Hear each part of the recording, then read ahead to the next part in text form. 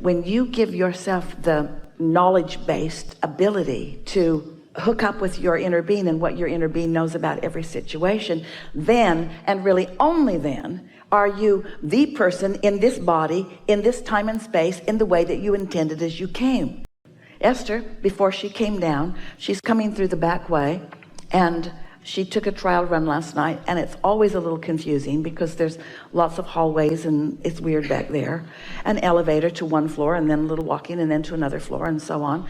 And so she sat right before she walked out the door, and in her notebook she wrote, now it seems silly to write a segment about something that's going to only last 5 minutes, but Esther wrote, I really like being in the hallways of these hotels and acknowledging all of these lovely people that make these places work. I adore the feeling of appreciation that I feel as I witness so much going on that most people don't get to see. I love the feeling of we're all in this together, and I so appreciate these people behind the scenes. And I am anticipating a really fun interaction as I moved to the hotel room. And so first thing that happened was she couldn't remember what floor she was supposed to get off on.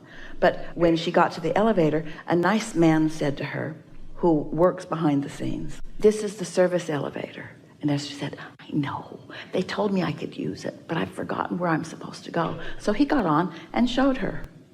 It was so nice. And Esther knows she just rendezvoused with the information that she needed. And then she met him every segment of refreshment. Every time she went back, there he was to show her where the bathroom was. And, oh, wait a minute, you're going the wrong way. He was like he'd been assigned by the universe to watch out for her. And Esther knows that. She's not missing that. She doesn't think that this is a coincidence or a lucky thing. She knows for sure that she vibrationally aligned with him as she got out ahead of it with the words that she wrote. They have a heart connection that goes far beyond what either one of them would deserve to have from each other in this brief little interaction that they're having in time. In other words, this is a big deal, this relationship that she has with this sweet young man who is behind the scenes, who for some reason just feels like going over there every time Esther needs him over there.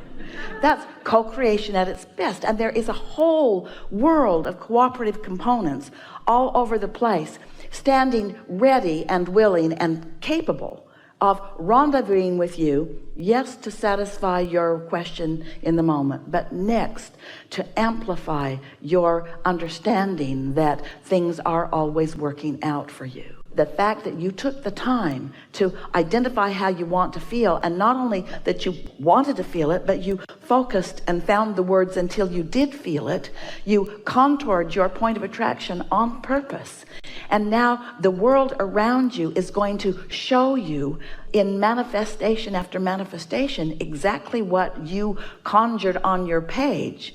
It doesn't take very much of that before you know you've got control of your vibration. Therefore, you've got control of your point of attraction. Therefore, you are the deliberate creator of your own reality, you see. And oh, can you imagine how your inner being feels when you start receiving the messages that your inner being is offering constantly? Whew, what a dance we all do together, you see. But as humans, sometimes you think, oh, but I'm here for the mark on the chart, and aren't I here to prove my own worthiness, and should I really be looking to the non-physical to help me out? And we say, of course you should. We're all in this together.